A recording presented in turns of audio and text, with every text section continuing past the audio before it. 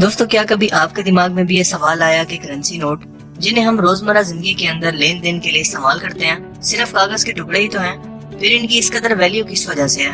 और हमारी गवर्नमेंट या स्टेट बैंक ऑफ पाकिस्तान जिसके पास पैसा छापने की मशीन है, वो क्यों अनलिमिटेड करेंसी नोट छाप कर हर शख्स को एक ही वक्त में करोड़पति क्यों नहीं बना देते? जिससे क्या ही अच्छा हो कि हर शख्स के पास अनलिमिटेड पैसा आ जाए और पूरे मुल्क से गुर्बत बिल्कुल ही खत्म हो जाए। फिर क्या वजह है कि गवर्नमेंट चाह कर भी ऐसा नहीं कर सकती? इस सवाल का जवाब हम आज की इस वीडियो के अंदर जानेंगे, मगर पहले ये समझ लें कि करेंसी दरअसल होती क्या है। क्या ऐसी चीज है जो इस कागज के टुकड़े को इस कदर वैल्यू देती है? दोस्तों, इंसान इब्तिदा में लेन देन के लिए बार्टर सिस्टम यानी चीजों के बदले चीजें देकर तिजारत किया करता था। मिसाल के तौर पर अगर किसी शख्स के पास कुछ गंदुम है और वो एक फिक्स मिकदार के अंदर चावलों के बदले में अपनी गंदुम चावलों वाले शख्स को बेच रहा है, लेकिन ये तरीका इतना रिलायबल नहीं था।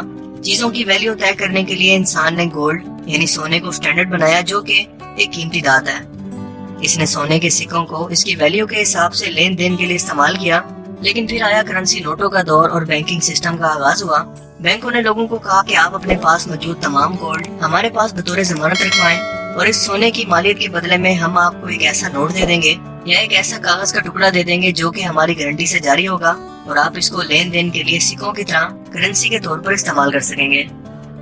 इसीलिए आज भी हमारे करेंसी नोटों पर यह लिखा होता है कि हुकूमत पाकिस्तान की जमानत से जारी हुआ, और हुकूमत पाकिस्तान इन नोटों की गारंटी स्टेट बैंक के थ्रू देती है, जो कि पाकिस्तान का सेंट्रल बैंक है, और पूरे पाकिस्तान के बैंक इसी की पॉलिसीज को फॉलो करते हैं। यानी कि स्टेट बैंक जो भी नोट छाप रही है, इसके बदले में इसके पास इसी मालियत का रिजर्व गोल्ड मौजूद है, और वो हर एक ऐसे शख्स को ये गोल्ड देने की पाबंद है जिसके पास स्टेट बैंक की जमानत से जारी हुआ कोई भी करेंसी नोट मौजूद है।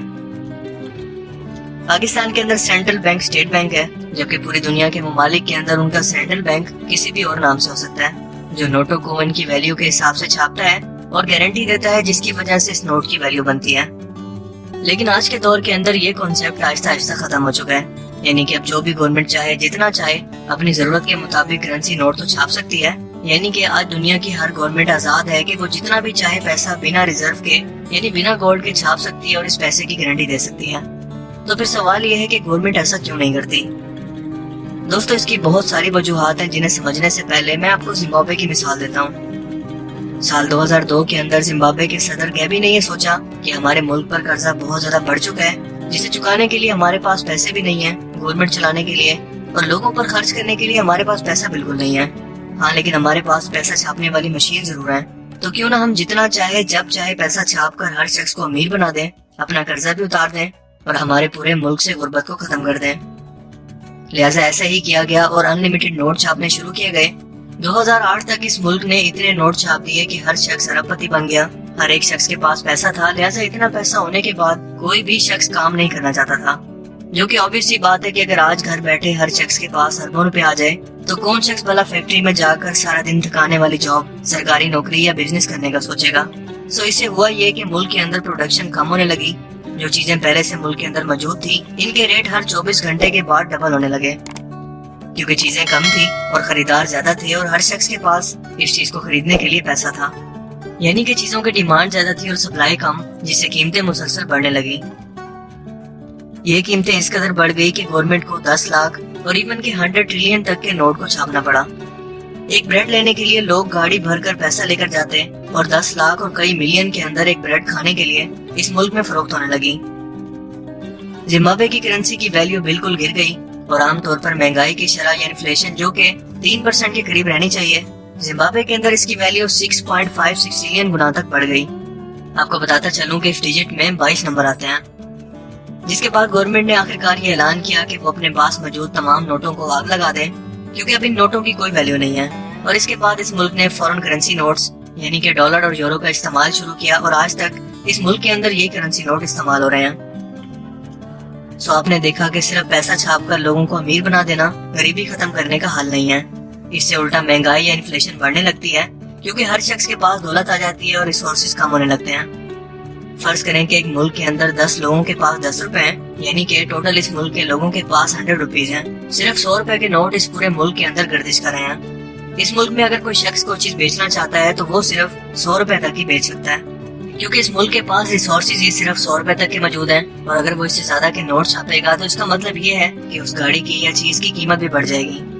اسے ایک مثال سے ایسے سمجھ لیں کہ فرض کریں کہ گورنمنٹ 100 روپے کے نوٹ کے بعد 1000 روپے کے نوٹ کو مزید چھاپ دیتی ہے، تو اب اس گاڑی کی قیمت جو کہ پہلے 100 روپے تھی، اب اس گاڑی کی قیمت ہو جائے گی 1100 روپے۔ یعنی کہ مہنگائی بھی اسی حساب سے بڑھے گی جتنا لوگوں کے پاس پیسہ ہوگا۔ آج ہمارا ملک پاکستان مسلسل کرنسی ڈی ویلیویشن کا شکار ہے۔ روپے کی قدر مسلسل کم ہو رہی ہے اور اس کی بہت ساری وجوہات ہیں۔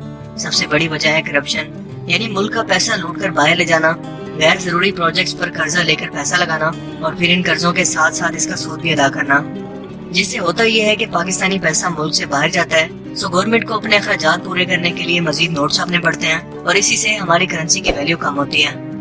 اس کے علاوہ ہمارے ملک کے اندر ٹیکس نیٹ بھی زیادہ فعال نہیں ہے۔ زیادہ تر لوگ جن پر ٹیکس لگتا ہے وہ ٹیکس دیتے نہیں ہیں۔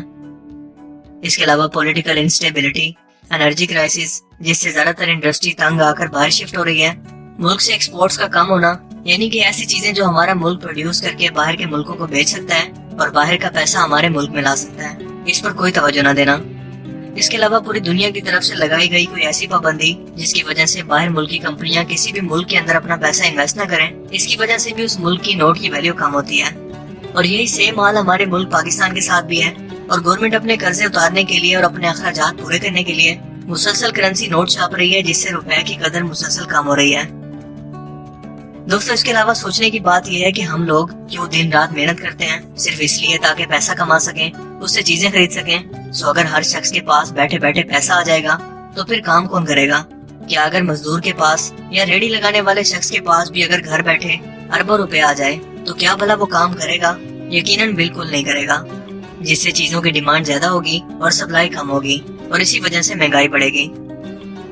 کوئی بھی گورنمنٹ اپنا پیسہ چھاپنے کی حد جی ڈی پی کے ذریعے طے کرتی ہے، یعنی کہ اس ملک کے اندر ایک سال کے اندر پیدا ہونے والے گوڈز اینڈ سروسز یا مونیٹری ویلیو، اس کی ویلیو کے برابر ہی کوئی بھی گورنمنٹ نوٹ چھاپ سکتی ہے، یعنی کہ آسان الفاظ میں اتنا پیسہ چھاپ سکتی ہے جتنا ایک سال کے اندر اس ملک کے اندر گوڈز اینڈ سروسز پیدا ہوتی ہیں۔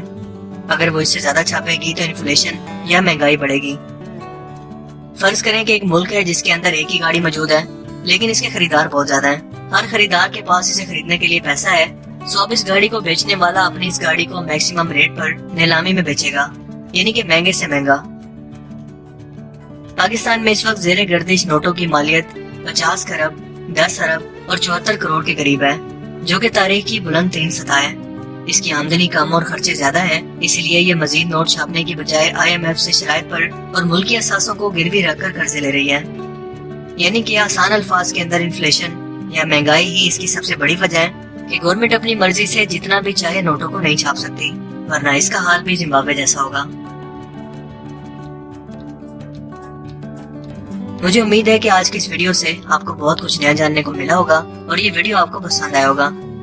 اگر یہ ویڈیو آپ کو اچھا لگا تو اسے لائک کیجیے اور دوستوں کے ساتھ بھی ضرور شیئر کریں۔ اب میں ملوں گا آپ سے ایک نئی انٹرسٹنگ ویڈیو میں، تب تک کے لیے اپنا بہت سا خیال رکھیے گا۔ Thanks for watching this video. اللہ حافظ۔